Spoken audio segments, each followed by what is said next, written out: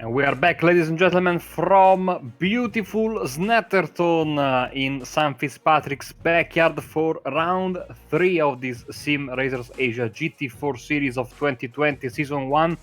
My name is Marco Barbanera. Behind the cameras, we have Scott Newton, and of course, with me in the commentary box is Dane Bird. Hello, Dane. How are you doing? And are you ready for this?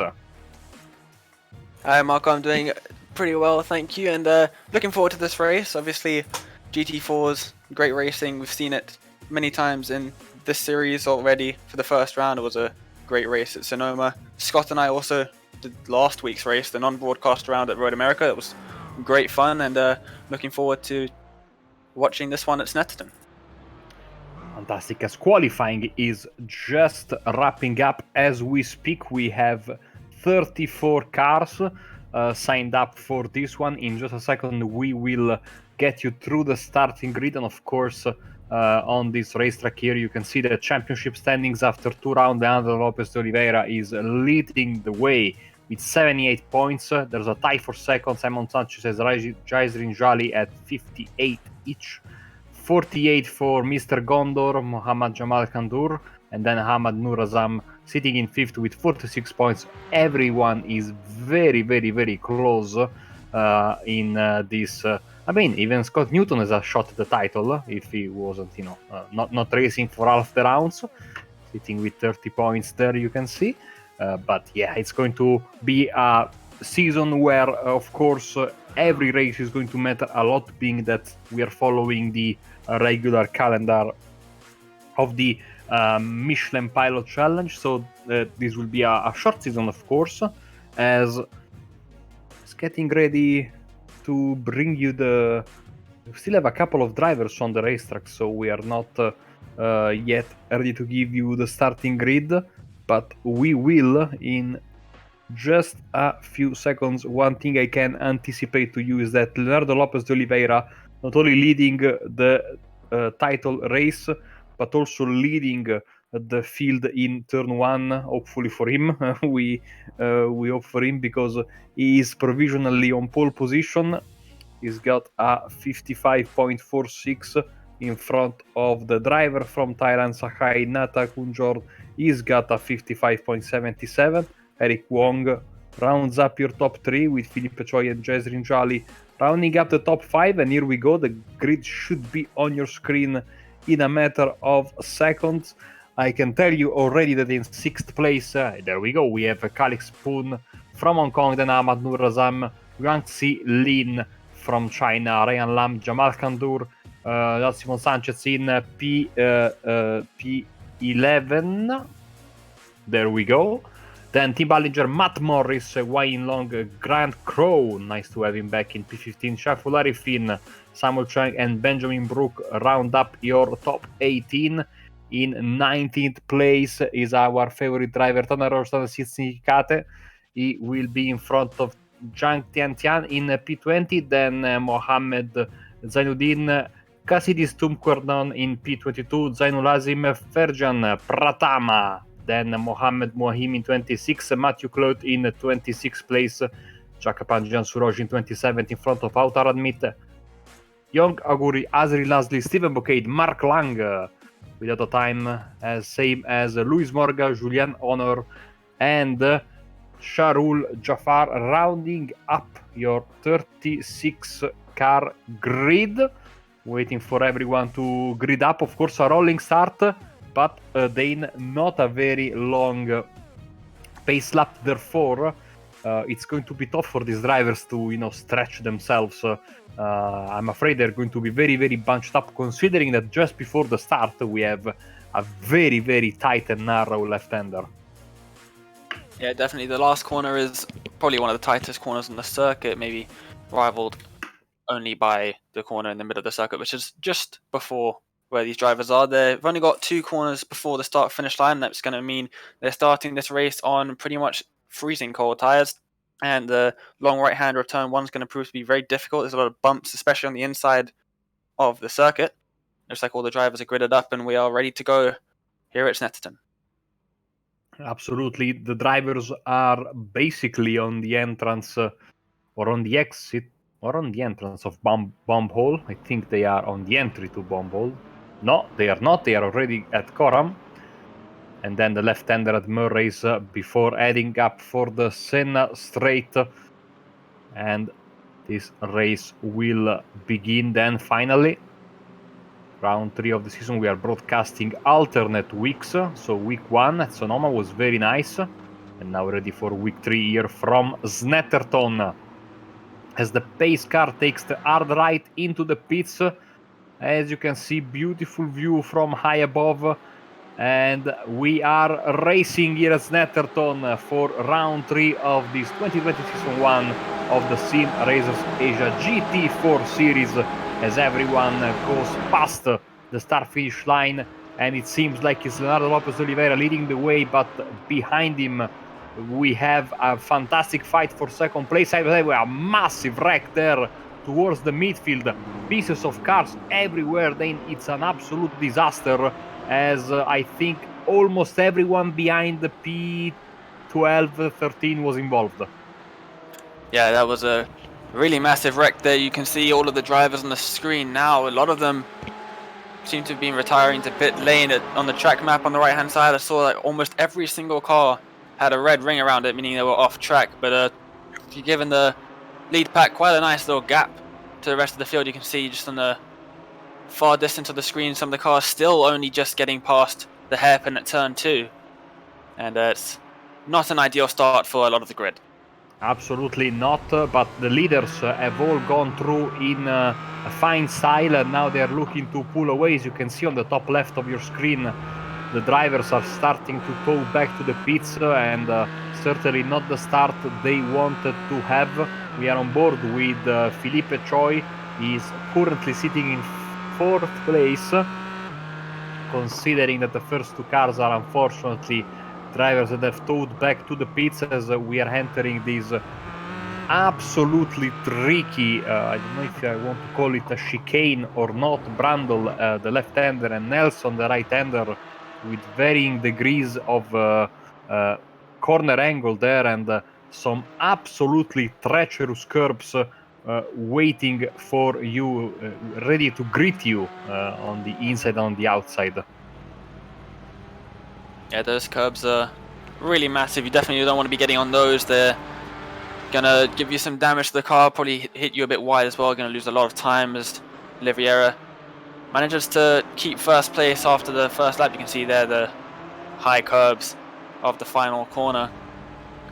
And just looking down the field, we've got some really big movers up the field from the start of the race after the first lap from that big incident. We've got people like Fatama, 11 places up from where he started on the grid. Absolutely. I mean, if you can basically get through what is, of course, the mess at the start, and you are in for some very, very big gains, as we are heading into, we are well within the boundaries of the second lap. The drivers are heading into, someone is, Jan Suroj is massively wide. He was sitting in P16, I think, now down to P19. As the driver from Thailand is back on the racetrack, bringing with him a lot of... We have talked about this racetrack before going live. I don't know if it's made, in order to avoid confusion between the metric system and the imperial system, as we say hello to Daniel Litt, but I think it's the only track I can remember that doesn't have countdown on the boards when you get to the corner, but you have 3 stripes, 2 stripes, and 1 stripe, depending, and then you have to use your imagination to think if it's in 50 meters or 50 yards to the corner.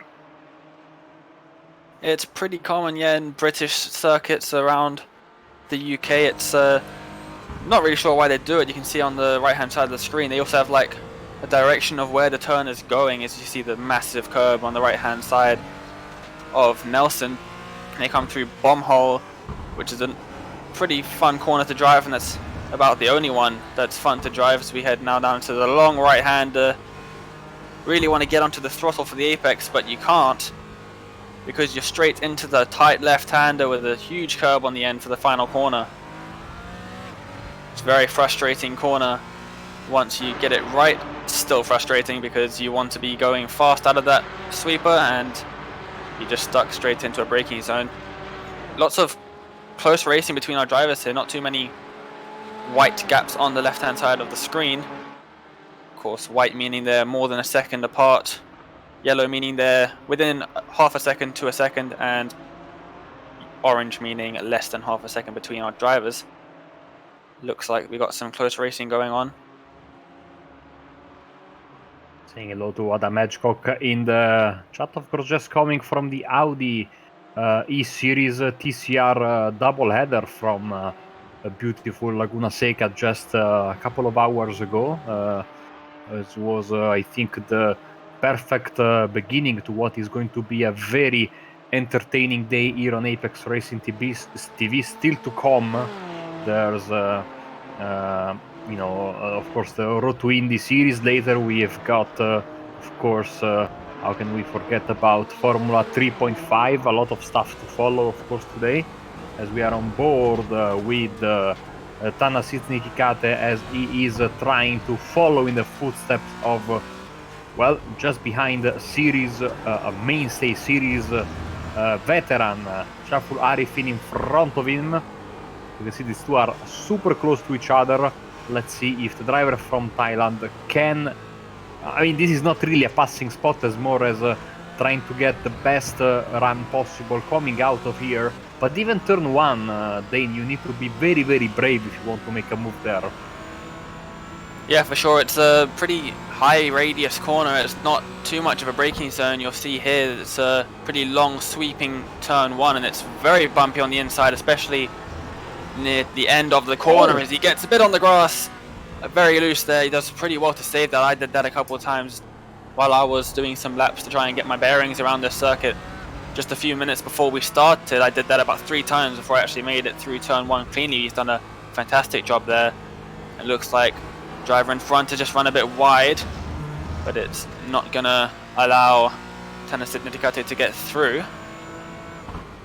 I was surprised the first time I raced in here on iRacing. Of course, I've been driving around this track in other simulators or racing games, but the laser scanning really makes a difference here, because I don't know, in getting into turn one on that curb, you have basically the equivalent of the Grand Canyon. I don't know how that can fly in the modern day standards of safety in a racetrack, which, I mean, it's great because it's a kind of unique challenge, but the drop off that you get, I cannot imagine going over there with an open wheeler, maybe with those fragile front wings. That's a massive dip that you get on the inside curb of turn one. It is indeed, and Thanasis Nitikate is very close to Arifin in front of him. Looked like he was gonna punt him almost into Nelson, and he's got past him into Coram. Just looking at the YouTube chat now, Adam Hedgecock saying too early, about right, too late, and that's how he imagines those markers, the braking markers we were just talking about. It's a pretty interesting way of thinking about it. I actually like that. It suits them pretty well, I think. Absolutely, as Thanasis Nitikate then gets the move done, as you were saying, just in front now of Arifin, and trying to pull away in his white and blue YK Motorsports Porsche Cayman GT4. Of course, we have seen over the years this series, this championship, switching from car to car. We've had GT2, GT3s, GTEs. We have had the Formula 3 and Lotus 79 mixture last time around. This time is GT4. Hopefully, they seem to be a pretty big hit. These are the biggest grids I've ever seen in quite a while in this championship. And hopefully they will stick around, because, of course, very soon we will have the BMW M6, M4 coming soon with the GT in the GT4 class. So that will make it even more interesting with a bit of multi-car action.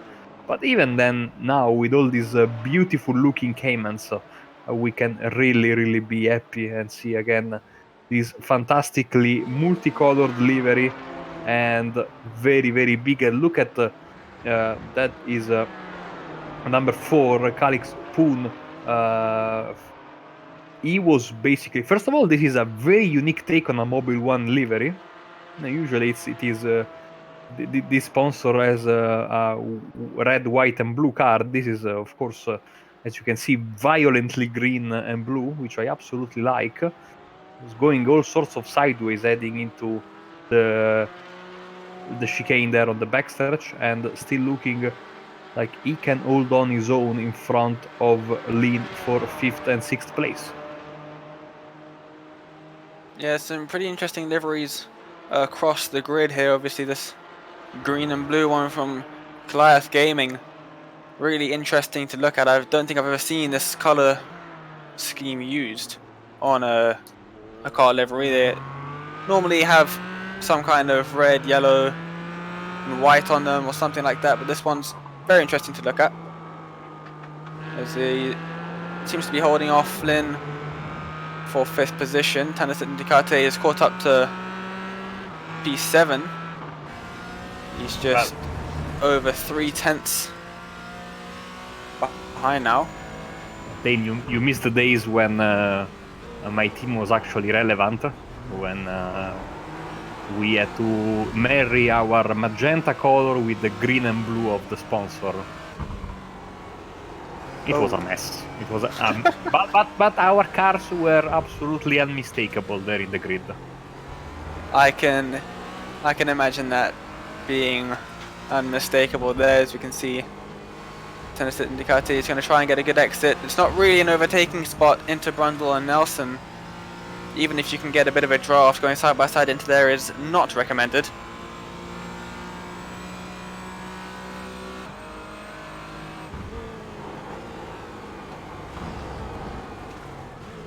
So close here, but again, you cannot pass.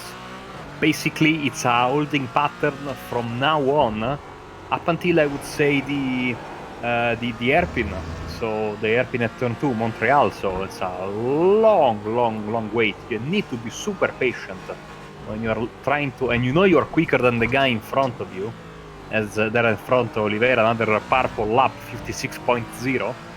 But yeah, you really need to keep yourself very calm. As you can see, this absolutely fantastic Macau Sim Racing Team livery with this metallic, very reflective green, absolutely on point, as is really pulling away from 2nd place. Now the gap up to 4 seconds, so it looks like Leonardo is really looking good to improve and extend his championship lead. As you can see on the bottom right hand side of your screen, the progression of the gap in the last 5 laps, 1.5 seconds when the cars came around to end the first lap, and now 3.8 seconds last time they went past the start finish line, and already, as you can see, Leonardo gaining a little bit. As we say a big thank you to Thumper007K1 for subscribing to Apex Racing TV on YouTube. Today we had 160 viewers for a still image of a loading screen before the Audi race. So there's a bit of desperation all around. People really need some sim racing in order to, they really miss sports, because that's quite a lot of people staring at a starting screen for a broadcast. Yeah, you and I were both in the live chat for that one, having conversations with people. It was really weird to see 160 people just watching a blank screen with some music playing. Some issues joining the server caused a bit of a delay in that broadcast, but people, as you say, really want to watch racing. With no real racing in the world, they've turned to sim racing. It's great to see. Hopefully they'll stick around once everything gets back to relatively normal. Got an action-packed weekend here on Apex Racing TV as well. Road to Indy in just a couple of hours, and then Formula 3.5 after that, and a lot more racing tomorrow and throughout the rest of the week. You can see these drivers coming around the corner, Brundle and then into Nelson. And like you were saying earlier, there is only really one overtaking spot on the circuit at the hairpin at Montreal, turn number 2. So you make an overtake, you catch up to someone, you've got to maybe spend an entire lap behind them because there is nowhere for you to go. I'm also just noticing that Eurasia Simsport car of Stephen Bouquet, that front right is really caved in. Hopefully, this doesn't have any kind of. I mean, this car is built more or less like a tank, therefore it's not uncommon to see it have pretty big smashes and still continue. But really, Steven is looking to look at that massive damage on the front right of the car as heading into the airpin once again, trying to pull away, and he's pulling away, of course, from Jamal Kandour and closing in on Zainuddin in front of him for P21. There is Mr. Gondor 961, Jamal Kandour, Simsa Esports, one of the mainstays of this series. Absolutely unmistakable as he's running into the middle portion of the racetrack right now. Looking possibly at a top 20 if things line up his way. But, apart from the massive mess that we had at the start, Dane, I think that this is not really a track, we go with the replay, a track that, drivers are behaving very nicely, and also not a track that really puts you into a position to make a lot of mistakes, especially if you know what you're doing. Yeah, definitely. It's a really difficult track as we see the replay of what happened on the first lap of the race. It's a real mess there. And yeah, he doesn't really have anywhere to go. He tries to go a bit wide and just gets tagged on the rear from a spinning car. It's not really what he wants to be seeing at the start of this race. It's kind of put him right at the back of the field for the rest of it. Hopefully he can have some battle later on in the race to be able to. Wow, poor Jamal. I mean, he did nothing wrong in that. He almost snuck past on the outside. You were saying, then he got clipped, and then he held on the brakes as you should do. But basically, he became a punching ball for everyone else. He got smashed into several times, and of course, he needed to head to the pits for a fast repair and come back because that car was certainly. I mean, it's now looking pristine, and I'm sure it was not looking like that when everything when the dust settled on that massive smash that we had at the beginning of the race. And Steven Bouquet, I think, running into some issues. We were talking about him with his damage a bit earlier, and now I think he has towed back to the pits.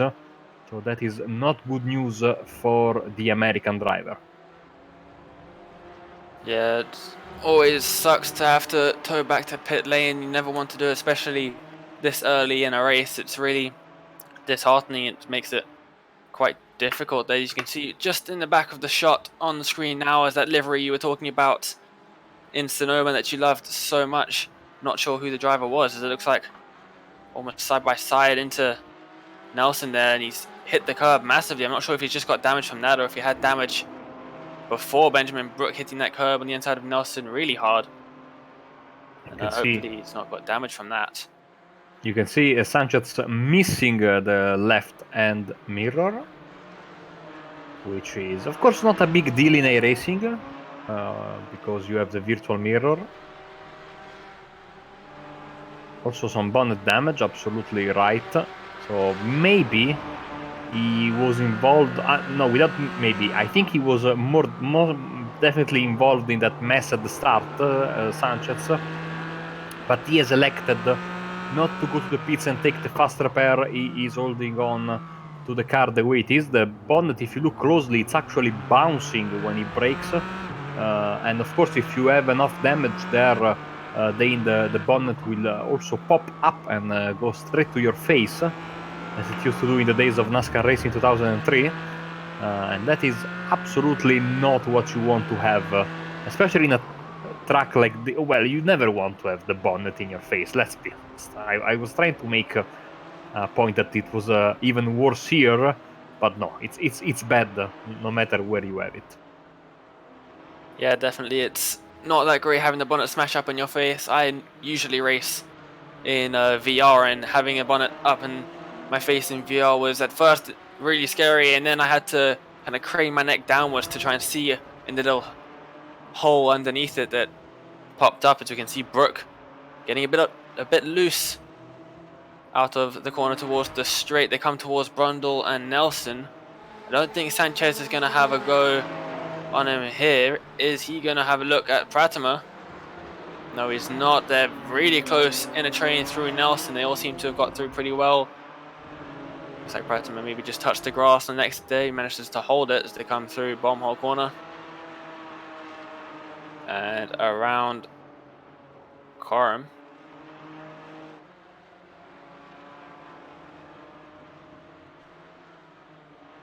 In just a second, we will see what happened to Bouquet. Here we go. Oh, slide coming onto the backstretch. Okay, and that dislodged the front, the pins that hold down the bonnet on the front of that car, and also I see a slight hint of crabbing.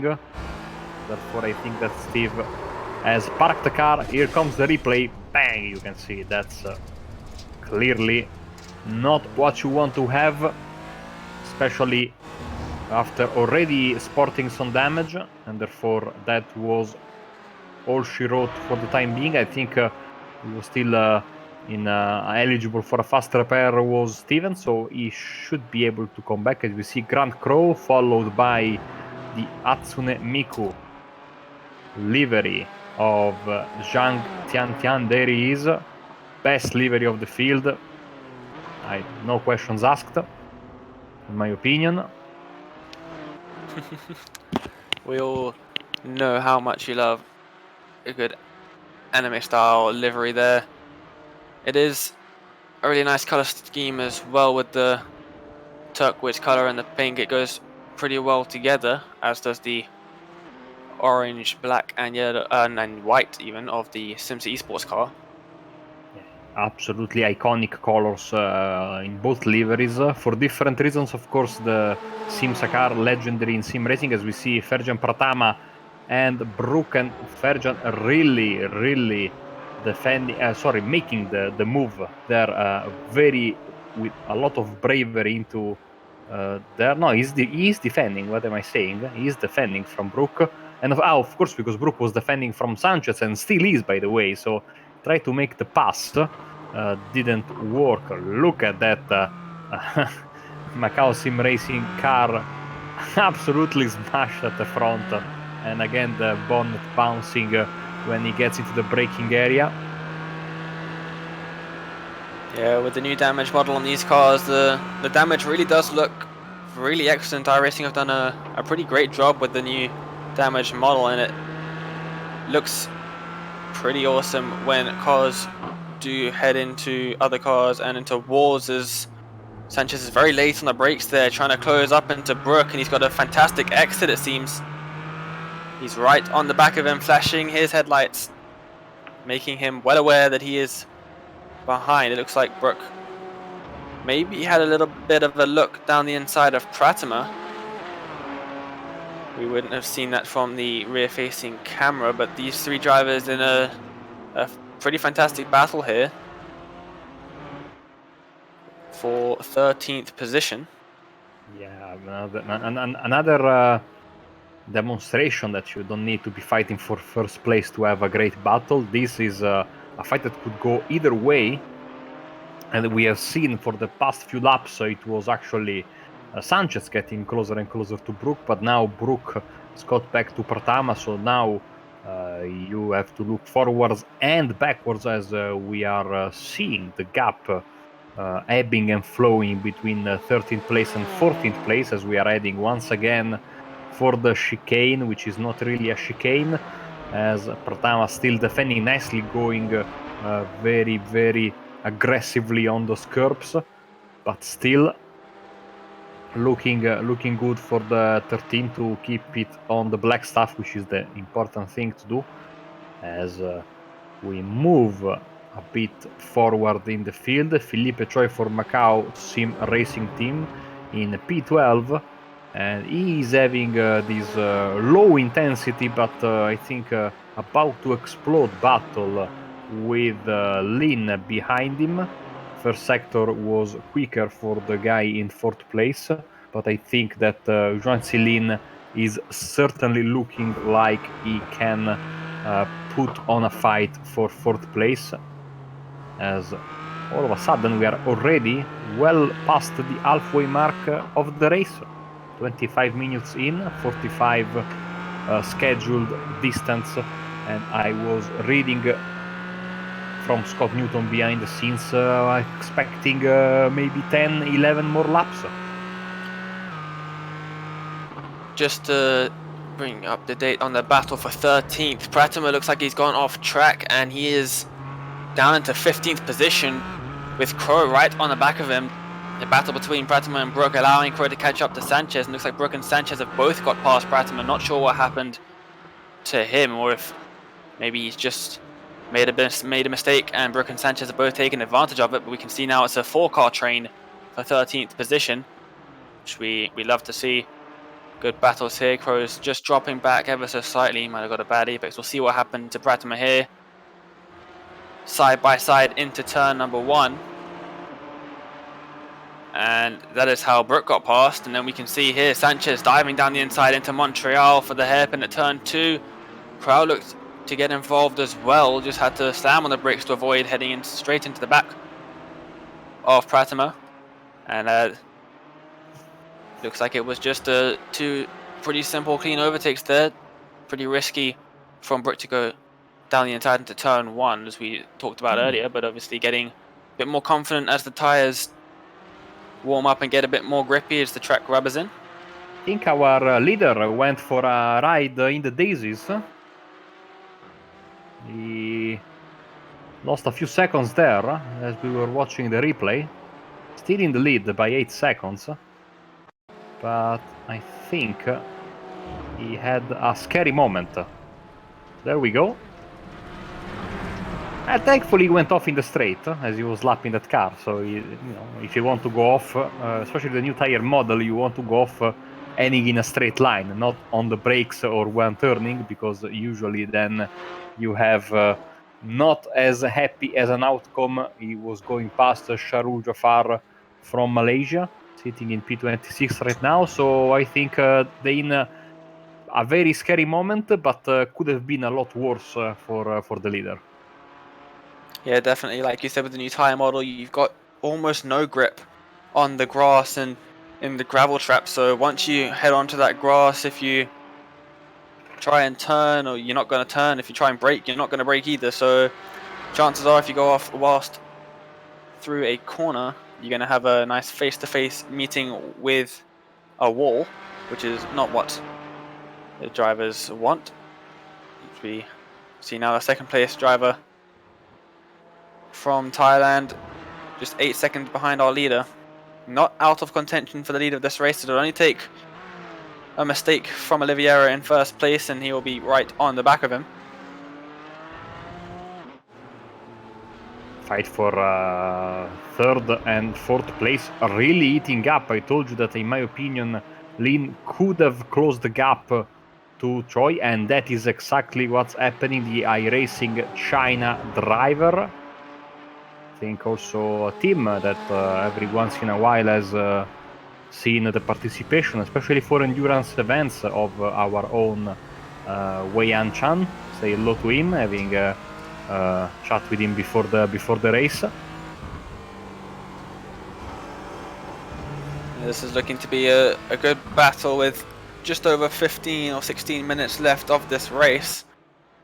There's not too much time left for these drivers to make their moves.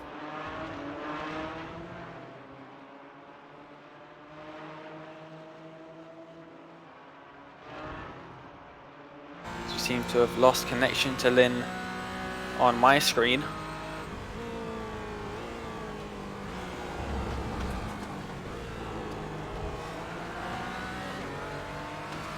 Apparently so. We will have to go with some sort of think he's back. There we are.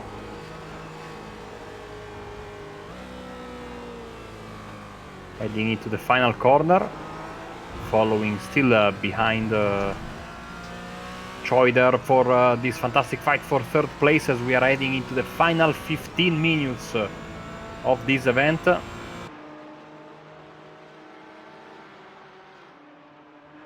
And Dane, I think that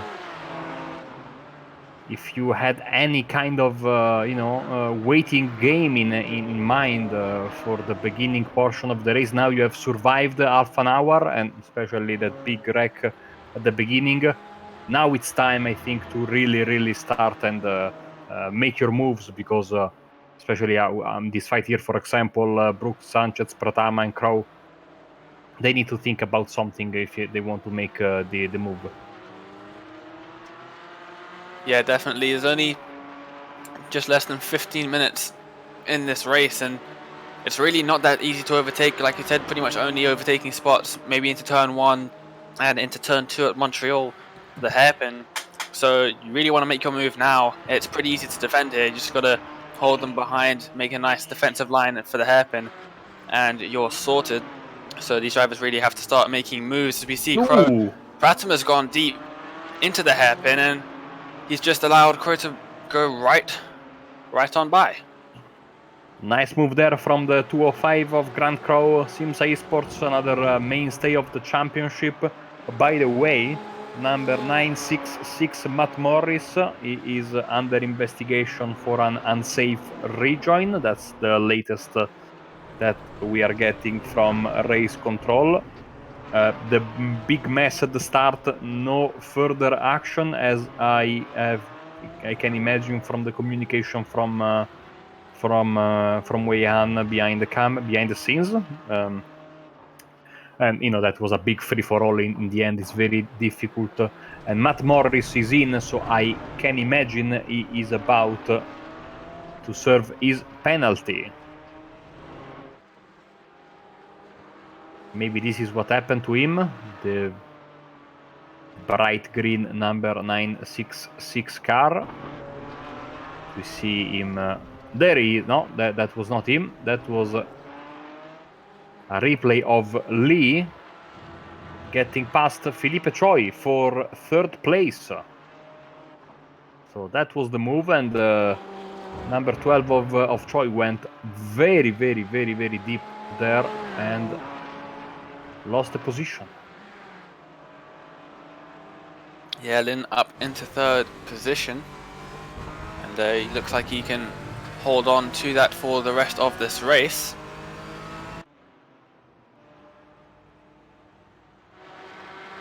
Got a brief shot of Avon Nurazam there as we are heading into this fantastic fight for 17th place. Zhang is trying to defend.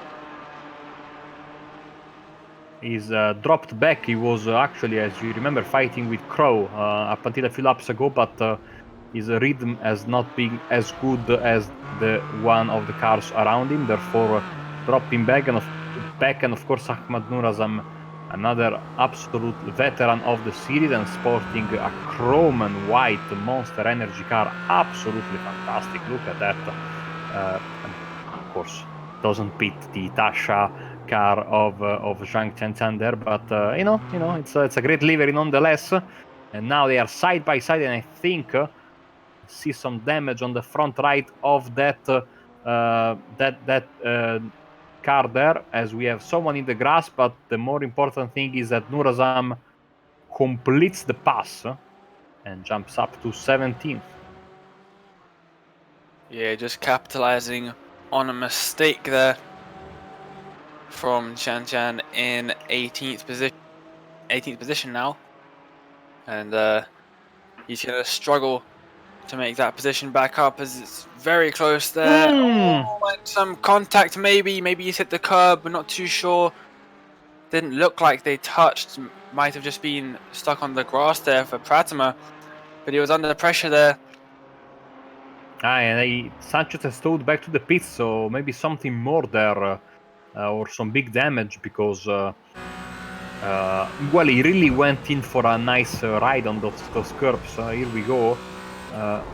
No, he got contact, and sometimes when you hit just at the right place, or I would say the wrong place, you can quite easily break a suspension in this car. So maybe that's what happened. to Simon Sanchez. Let's see. Also, the hood went flying. Did he try to restart? Or maybe not even that. Seeing the replay once again. And you will see. Smash on the right here. Not that hard again, but it's a strange conundrum with this card, Dane, of course. Very resistant, built like a tank, but those suspension and steering arms and wheels in general are very, very fragile. So if you hit the car at the wrong angle, I would say, you can have a very, very bad time. And, you need to park the car because that thing is not going anywhere. Yeah, definitely. It looks like Pratama's just run a bit wide and Sanchez tried to take advantage, but he's come across Pratama there and it's spun him over the curb, and I think that's what's killed him. And just as he runs over the curb, as you say, maybe some suspension, maybe even a bit of engine damage. It's pretty easy to do if you hit the underside of these cars, and Pratama's now under pressure from Nurazan behind. Just 2/10. Is he going to make a move into Rundle? No, he's not. Just from my side of things, this car doesn't sound very healthy at all. I'm not sure if viewers are hearing what I'm hearing, but it really doesn't sound like a healthy car there, and it's probably why he's under so much pressure from Nurazan. He's definitely going to try and have a look out of this corner onto the center straight. The drivers will be starting their 19th lap as we have 9 minutes to go. Here at Snetterton, we've got a car in the pits. And we'll see now, it looks like he's looks to the outside. Pratama defends the inside and he's left him a bit vulnerable. Less than a car width, or less than a car length between them. It's very close into the entry with Montreal, almost coming together, and he's gone for the cutback. They go side by side in towards the left-hander, and it looks like Pratama's just got away with this one. Is he going to have another cutback? No, he's not. It looks like he's got away with that one. Could have very easily lost the position to Nurazan, but if they keep fighting, it's going to allow Sang behind them to catch up and join their battle as well. As they head into Hamilton for the 20th time in this race, and now, of course, ready to take the right-hander that will bring them onto the Bentley straight once more. The double, right? It's easy to get lost around this track with when you see the cameras. What are we watching? Because it's there's not a lot of scenery around the racetrack that helps you think, I'm here or I'm there. This bridge here is quite interesting, and you see it and you recognize it with ease as you see the number 13 of Pratama going for a wild ride in the grass. Nurazam gets the job done. Does Zhang have the time to go through the move? Well, he has plenty of space, and Pratama, you are absolutely right. Dane not only seems to be in trouble, but his car also seems to be in trouble. He had no answer there as we move to the fight for 12th place, and very quiet Matthew Clout has really made. Oh, look at that now! As that was a, I would say, a commentator's curse. I thought he was going for a move on Brook, and all of a sudden, Grant Crow finds the door open and jumps into 13th place. Yeah, lovely move there around the outside into turn 3. It's very difficult to do it off camera, but like you were saying just a moment ago, it's very difficult to commentate here with knowing where you are, because unless you see one of those signs like you can see there on the right hand side, Hamilton, you really struggle to see where you are. It's all grass, and all the curbs look pretty much the same, all the barriers look pretty much the same, and there's no grandstands or anything. It obviously used to be an air base back when it first started operating as a racetrack, and so it's pretty flat, no trees, pretty much nothing except for this bridge that's coming up to tell you where you are on the circuit. Can't you say that for almost every British track, though, that is started as an airbase? Yeah, I guess so. Quite a lot of them have done. You're certainly right about that. It is really in the middle. I mean, talking to Sam, of course, Sam Fitzpatrick, who's from this area of England, he says that basically there is not a lot going on around there, scenery-wise, and anything-wise. So basically, it's in the middle of nowhere. This place. In matter of fact, I still maintain that if you go straight in the first corner and don't, if it was real life, you would go straight into someone's field, I think, or into someone's house if you kept on going because there is no wall, no barrier, nothing there. Yeah, there's actually a racetrack in the UK, I think it's Castlecombe, where there aren't many barriers. So when drivers go off the circuit, it happened last year in Formula 4, drivers go off and they just end up in a field. And actually, in one of the races, a farmer complained to the racetrack organizer saying, "Can you put some barriers there? Because the drivers ended up in my field and ruined some of my crops." So the pretty funny story with some of the circuits in the UK. They're pretty unique in that respect, but crossing the line, Leonardo Oliveira, and there's 4 minutes to go in this race. So it's fair to say that Leonardo has gotten back. Oh, of course, there we have the spooky tree, aka the statue of willpower, in my opinion. Don't know if you know the story, Dane, but safe to say that Leonardo Lopez de Oliveira has gotten back all the time he lost with that off-track excursion. And by the way, Wayan lets us know that no action taken in the crash collision incident between Sanchez and Pratama that happened a few laps ago. I did notice the spooky tree when we were starting up the broadcast just a few minutes before. But battle seemed to have calmed down just a little bit. We've only got a few drivers close up together. We've got Crow and Brook battling for 12th position. We've got Eric Wong here, and in front of him, two Macau Sim Racing team drivers battling. Number 999, Car of Leong in 7th, and Chang in 6th position. No, I've got that wrong. Chang in 8th position. There's a bit of a glitch on my screen there, but looks like it could be an interesting battle, maybe into the Montreal hairpin. But like you said, there's pretty much no places to actually overtake on the circuit, so it's a bit of a waiting game for Chang in 8th position. Just wait behind his teammate until he can get a move into the hairpin. I'm just seeing on YouTube chat, Hedgehog saying the tree was destroyed in February in one of the big storms that we had in the UK, and that is a shame. That is a very big shame. Another tree that will forever live in the memory of iRacing, thanks to the laser scanning, etc. Of course, together with, for example, the oak tree at Virginia. As you can see, we are looking back at Samuel Chang's car from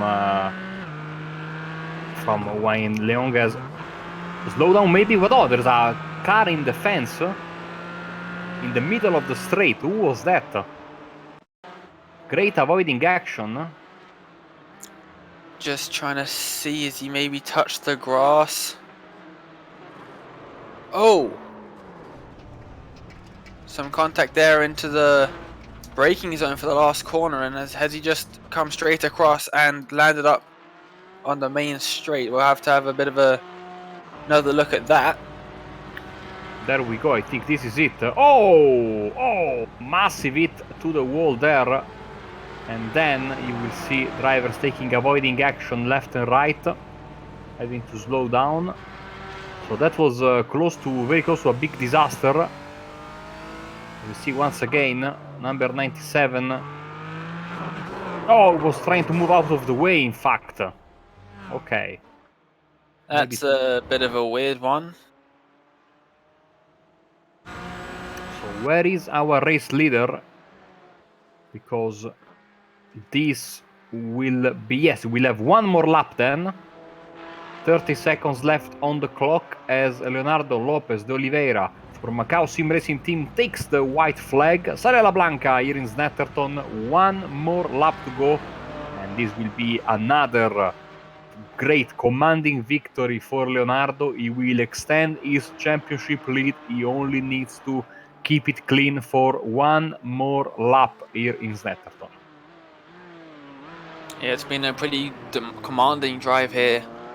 He's been ahead of the field for the entirety of this race. He's now just under 14 seconds ahead of the second place drivers. We have a little bit look further down the field to one of our battles here. We've got Jali looking to make a move on Pratima. Pratima's really struggling here. I'm almost sure he's got some kind of damage to the engine. It really doesn't look like his car's got the acceleration out of some of the slower corners.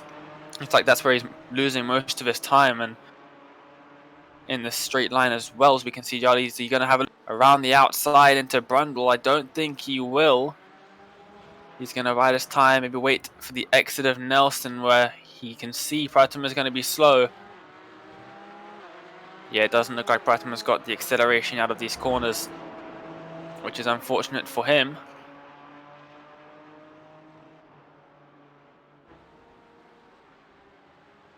As we look back at our race leader coming around the final few corners here at Snetterton, he's just got 3 to go as he comes round bomb hole corner and starts to make his way around Coram, the long right-hander.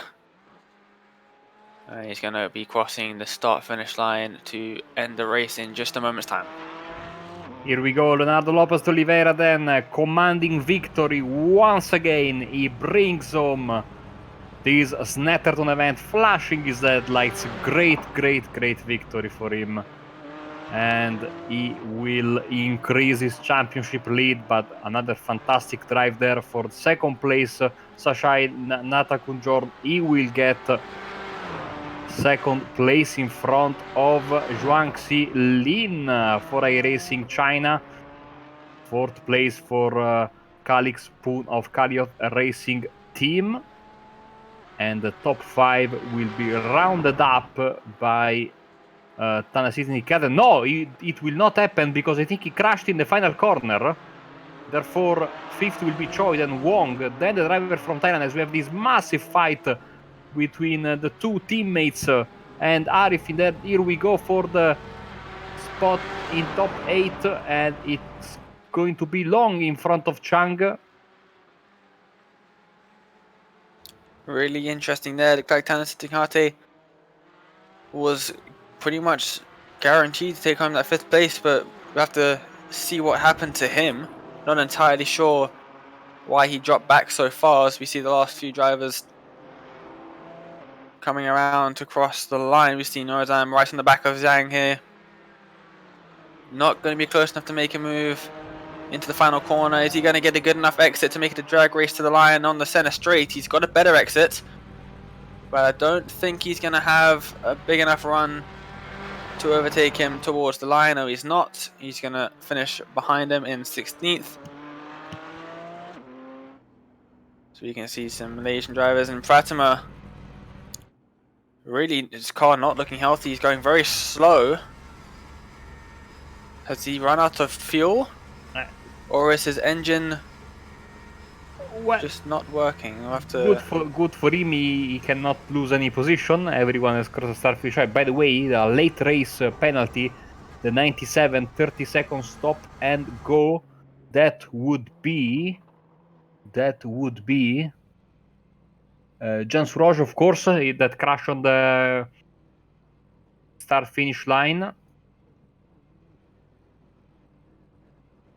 Here we go. Limping across the start finish line is Ferjan Pratama. We were just waiting for him to give you the final race results for this event here in Snetterton. Round 3 of the championship Sim Racers Asia GT4 Series 2020 Season 1. Leonardo Lopez de Oliveira brings home the victory, almost 14 seconds clear of Sakai Natakun Jordan in second place from Thailand. Yuangxi Lin will finish in third place. Then Kalex Spoon, Philippe Choi, Eric Wong, Tanarosh, Tanasiti Tikate in seventh place. Wayne Long, then Samuel Chang, Shafulari Finn will round up the top 10. Then Casidis Tunkurnon in P11 in front of Benjamin Brook, Matthew Claude, Grant Crow, Zhang Tiantian in P15, then Ahmad Nurazam, Jairin Jali, and Mohammed Zainuddin, the trio from Thailand, from 16th to 18th. Ferjan Pratama in 19th in front of Azri Nazli, also from Malaysia. Then Mr. Gondor himself, Jamal Khandur, in front of Mohammed Muamin, Matt Morris, South Aramid, Luis Morga, Sharul Jafar. 2 laps down, 3 laps down was Jakapan Jansuroj, and then I think the retirees for this race. Simon Sanchez then in P28, and also not finishing the event, Aguri Young, Stephen Bouquet, Julian Honor, Tim Ballinger, Zainul Azim, Ryan Lam, and Mark Lang. Of course, Mark Lang was there to provide stewarding services for the drivers. Therefore, he understandably did not take the start. And now we are waiting for the driver interviews, and we have quite a bit of them waiting for us. So Dane, who are we going to start with? I'm going to start off with our 4th place driver of Kalex Spoon. If I can just give Ran me out a of- second. Oh, Lost him for a second. There we go. Okay. We've got Kalex Spoon here in the commentary box to have an interview. Kalex, how was the race? The race was very tough for me. I don't like this track personally. I just bought it like a few days ago, and to come home P4 was really the icing on the cake. I actually overtake the P4 last lap, last corner, because he ran out of fuel. So that's very lucky for me. Yeah, indeed. And I don't think anyone, not anywhere in the commentary box anyway, really enjoys driving Snetterton. It's a pretty difficult track to drive, and especially to overtake. Were there any overtaking opportunities that you could really think of other than at that hairpin? Honestly, not really. Because that track is for me, I personally think that track is quite narrow, and there's not a lot of straight into a long straight into a hairpin, which really makes overtaking difficult. Last time in Road America, it's much easier because the track is actually a little bit wider, and there's a really long straight for us to overtake, so it's easier there than this one. Yeah, it is definitely a lot easier to overtake at Road America for sure. There's not really any straights into any hard braking zones, as you have just said. Looking towards the next race, we're at Suzuka, and then the next broadcast race is at Silverstone. So you got much experience driving those two circuits, and which one are you looking forward to most? I should Suzuka should be all right for me. I am quite looking forward to that one. Silverstone, though, I'm not sure because I still having to plan the Nürburgring 24-hour session 2 with my teammates, so maybe I can't race that one, but I'm definitely looking forward to Suzuka. Yeah, Nürburgring 24-hour preparations are definitely well underway. Well, thank you for coming for an interview, and hopefully we'll see you at Silverstone. Hopefully if we don't see you, then you'll do well in the Nürburgring 24 hours in a couple of weeks. Yep. Thank you. No worries. Before we let you go, is there anyone you want to give a shout out to? I want to thank Tom Minot for making the livery for us, for our team, and would like to thank you for all of our sponsors, Extreme Motorsport as well. They have been going a very tough situation. Of course, their team is based in America, so I hope them good luck And I would like to thank Hamish for the recent the race for relief race like a few hours before this one. We did a very decent one, and yeah, that's it. Thank you very much, Kyle. And Marco, who have you got for our next interview? We have our third placed finisher for iRacing China. We are going to have a chat with Wangji Lin. Hello and welcome to the booth. Hello.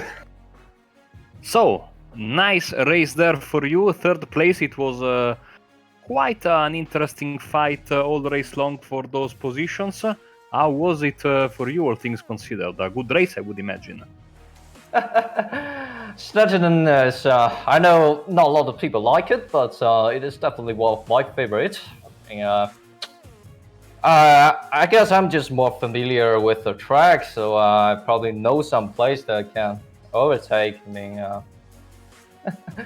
So yeah, I started 8th. I timed the start pretty well. And overtake into 7th, and then they just wrecked behind me. And I got that. So one overtake with Calix. And yeah, poor Philip. I couldn't catch him if he wasn't held up by the locked car. Yeah, I tried to catch on the 23 by the end, but I think he's just quicker than me.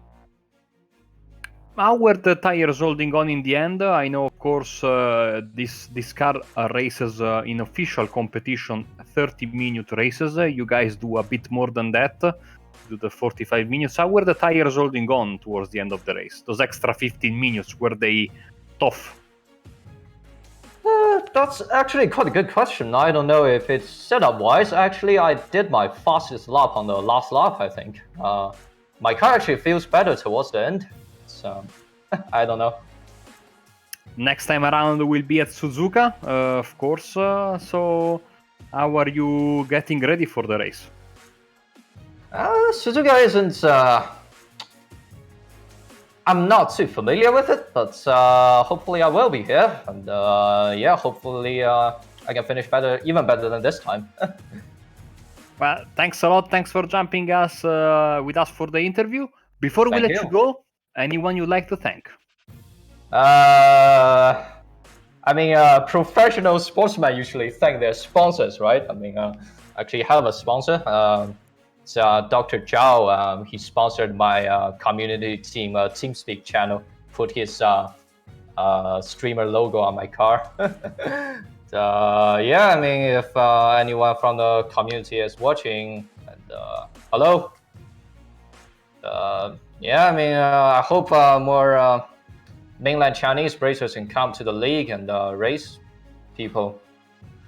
But seems that they prefer to watch the race more than actually driving. Awesome, man. Thank you. Thank you. Thanks a lot, and hopefully we'll catch you in a couple of weeks' time then. All right. Okay, I think, Dane, we have one more. Yeah, we do. We've got Ferdinand Patama. Oh dear. We lost him for a second. Here he is. Ferdinand Patama. And it was a bit of a disappointing race for you, I guess. Did you have some damage to your engine near the end of the race, or what was happening? Why did you fall so far back down the pack near the end of that race? Thank you for having me.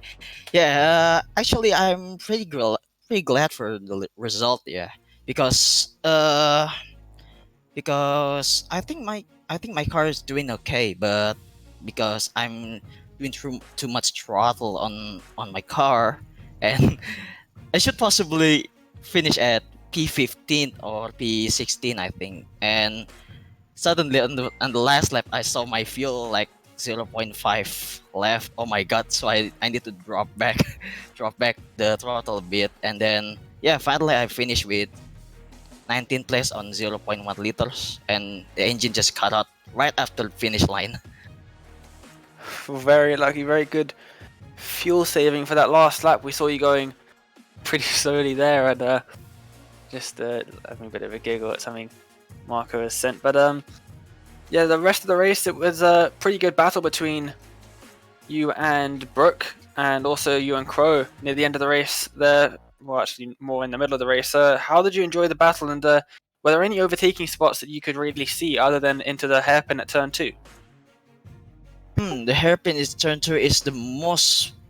Well, I think this the biggest chance is on the turn 2 because maybe lost focus on after the turn 1, and then you go turn 2 like literally late on the braking, and you can go past anywhere in that. And after that there is less I think on the back straight before the not on back straight, I think on the almost on the straight before the start finish line. There is the another passing point, but I don't give it to them. There is a pretty good battle. I love it, and I tried not to give him to pass anyway because that's pretty hard. Yeah, it was a fantastic battle for you to drive and also for us to watch. Next week, series heads to Suzuka. Do you have much experience at that track, and how are you preparing for next week's race? Suzuka. This is the first time I race in Suzuka. I think I need more practice because I know the layout. I know the racing line not very well, but I need to shift my skills more into. I think the braking zone is pretty hard. I need to practice and many more.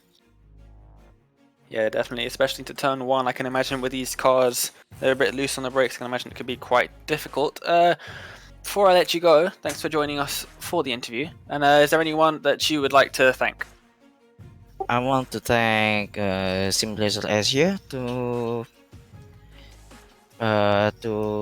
bring this event up. I think it's really enjoyable, and I think I want to thank you guys to broadcast this event. It's really grateful to have you guys here. Oh, thank you very much indeed. Thanks for joining us for the interview, and good luck for the rest of the races, especially good luck for Suzuka. We won't be covering that one, but we'll be back in 2 weeks for Silverstone. Thanks for joining us in the interview room.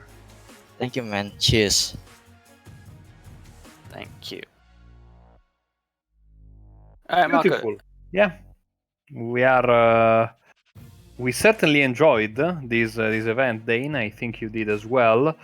And honestly, I cannot wait for what's going to happen in 2 weeks' time when we come back for another round, which will be round 5 of the championship. But yeah, I mean, great racing, commanding victory there from Leonardo Lopez de Oliveira at the front of the field. But as you were saying, doing your job of social media manager absolutely fantastically. The action is not stopping today. You're on Apex Racing TV. In fact, we have Rick Motek Road to Indy. Will be at 16:45 GMT. So actually it will start in a couple of hours time. Then later tonight at 22 GMT, the Formula 3.5 Championship from Circuit of the Americas. Oh, I neglected to say that Rick Motek will be, Road to Indy will be live from Indy Road Course. And then tomorrow morning, 10:45 GMT, the Aussie Mixed and Fixed Series will be back, a race from beautiful Watkins Glen.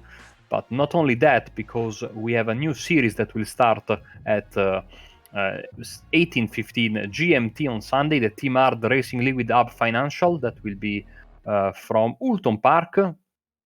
Can I say it now that the broadcast is almost over? A much better British racetrack, in my opinion, than this one. And of course, we're going to round up the weekend with the Apex Racing League GT Championship at 19:10 GMT. That race will be from the Nürburgring Grand Prix racetrack. So, I mean, we have absolutely tons of races to look forward to. Actually, 5 more between today and tomorrow. Some of them new series, some of them old series, or old new, old acquaintances of us, and of course the prestigious Road to Indy series from Indianapolis Motor Speedway. But I think if you don't have anything to add, Dane, we're about to wrap things up for this broadcast. I'd just like to say thanks for having me in this pretty awesome race. I've really been loving the racing in this series and in the GT4 cars in general, and I look forward to joining you tomorrow for the Team Hard TCR series, and I'll be joining you in the production team for that one at Alton Park, which, like you say, is a much better British racing circuit. Awesome. Well, thanks a lot to you, Dane. Thanks a lot to Scott Newton behind the cameras and everyone who has followed us today watching the stream and the drivers. So yeah, we wish you, we would really love to have you back with us at 16:45 GMT for the Road to Indy race. But until then, from everyone here at Apex Racing TV, I wish you, as per usual, a good night and happy racing.